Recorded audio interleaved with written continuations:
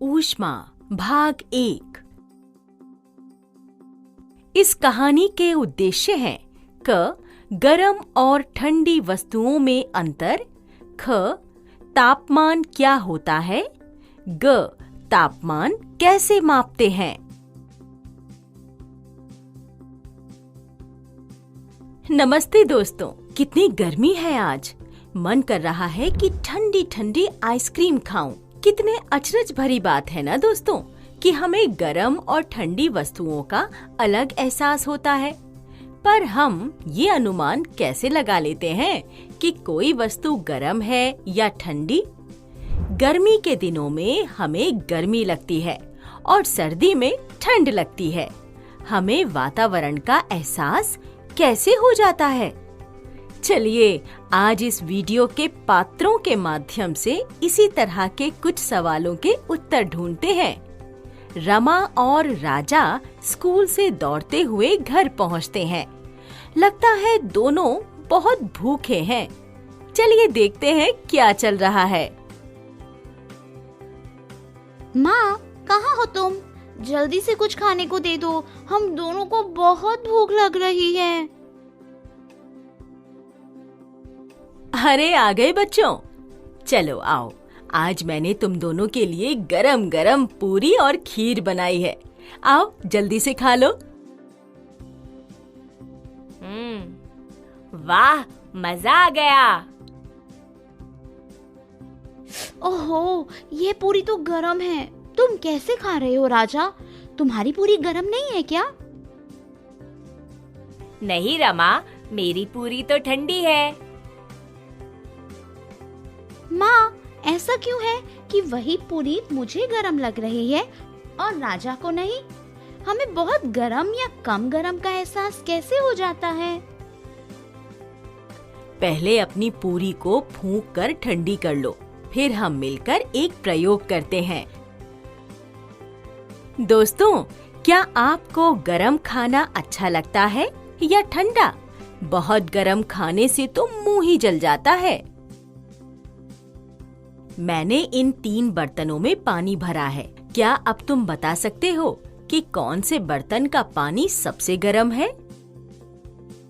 हाँ, ये दूसरे वाले बर्तन का पानी सबसे गर्म है क्योंकि उसमें से भाप निकल रही है। ओह, कितना ठंडा है। और ये ना ठंडा है ना गरम। तो क्या हम किसी भी चीज को छूकर पता लगा सकते हैं कि वो ठंडी है या गरम? नहीं राजा, मुझे लगता है कि वह खतरनाक हो सकता है। जैसे अभी अगर तुम गरम पानी में हाथ डालते तो तुम्हारा हाथ जल सकता था। हाँ, सही बोली तुम रमा, क्योंकि कई चीजें अत्यंत गरम या ठंडी हो सकती हैं और उन्हें छूना संभव नहीं होता। हाँ, जैसे बर्फ। हाँ, बर्फ कितनी ठंडी होती है। कुछ देर पकड़ने से हाथ ही सुन्न हो जाता है। पर अगर कभी हम बर्फ के टुकड़ों को उठाते हैं तो वह जल्दी पिघल भी तो जाते हैं। हाँ, सोचो क्यों रमा? क्योंकि हमारे शरीर की गर्मी या वातावरण की गर्मी उसे पिघला देती है। अच्छा, इसका मतलब है कि यह जानने के लिए कि कौन सी चीज कितनी गरम है या ठंडी, हम सिर्फ अपनी इंद्रियों पर भरोसा नहीं कर सकते।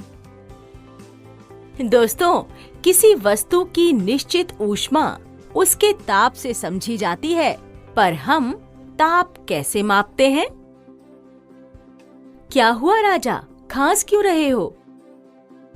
सुबह से बदन दर्द कर रहा है माँ। अरे, तुम्हारा माथा तो गरम नहीं लग रहा। ठहरो, मैं थर्मोमीटर लाती हूँ।